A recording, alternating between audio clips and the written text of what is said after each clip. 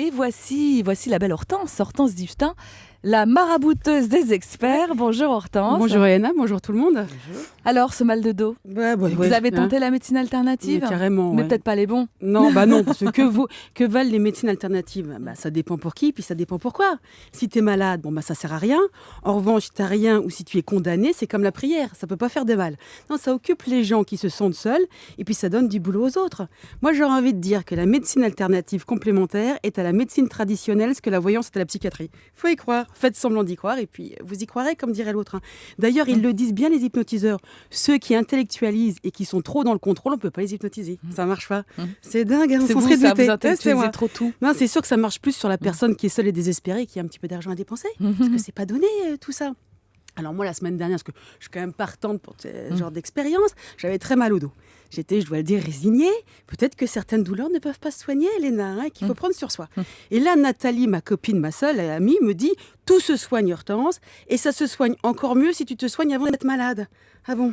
C'est ce qu'elle fait, Nathalie. Elle est dans le MAC, la médecine préventive, les massages ayurvédiques, la méditation, le yoga, le tofu et le danakol. Donc elle me dit que pour mon dos, elle a un ostéopathe épatant qui te soigne en détectant ton choc émotionnel, qui prend ton mal de dos dans la globalité de ton corps parce que ton dos fait partie de ton corps.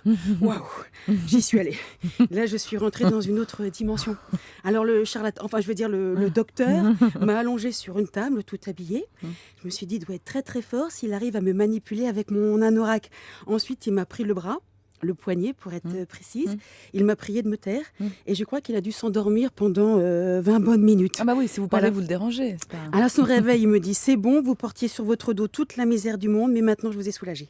Comment vous dire que j'avais toujours autant mal en ressortant? Là où j'avais été soulagée, c'est au niveau de mon porte-monnaie. 80 € quand même. Non, et le summum, c'est que le type, il se démonte pas. Voyant que j'avais toujours autant mal, me dit, c'est normal, ça va aller, encore 2-3 jours, et puis tout ira bien. Oui.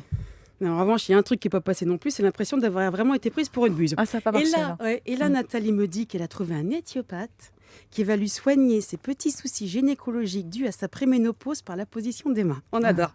Et que je pourrais peut-être l'accompagner. Elle est complètement barjot, la pauvre Nathalie. Et d'une, j'ai 25 ans, donc je suis quand même très loin de la préménopause. Et deux, il est pas né l'éthiopathe qui me fera soigner, qui me soignera là, en y apposant ses mains. Bon, ok, Hortense, merci. Hortense n'est peut-être pas tombée sur le bon praticien.